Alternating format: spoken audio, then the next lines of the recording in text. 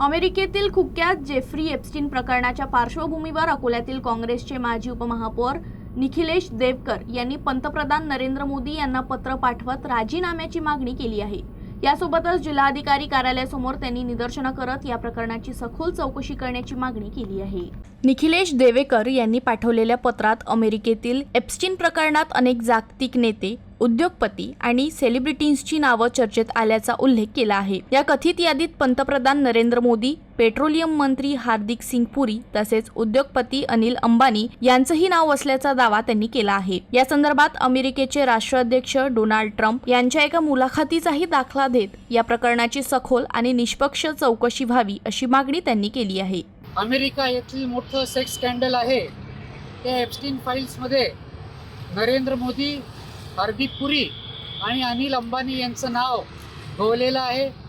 ते नाव आल्यामुळे आपण एक महिन्याआधी पाहिलं की डोनाल्ड ट्रम्प हे म्हणाले की आम्ही नरेंद्र मोदी याचा करिअर संपू शकतो।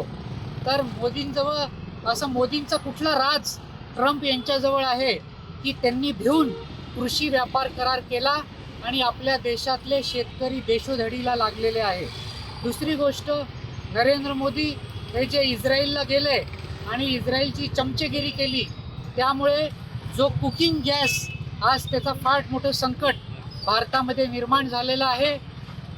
काँग्रेस पक्ष आज निषेध करतं भारतीय जनता पार्टीचा आणि नरेंद्र मोदी त्यांची 56 इंच त्याची छाती आहे त्याच्यामध्ये उंदरा एवढा सुद्धा कलेजा नाही आहे हे इथं जाहीर करतं आणि काँग्रेस पक्ष मागणी करतं की नरेंद्र मोदी यांनी तत्काळ राजीनामा द्यायला पाहिजे।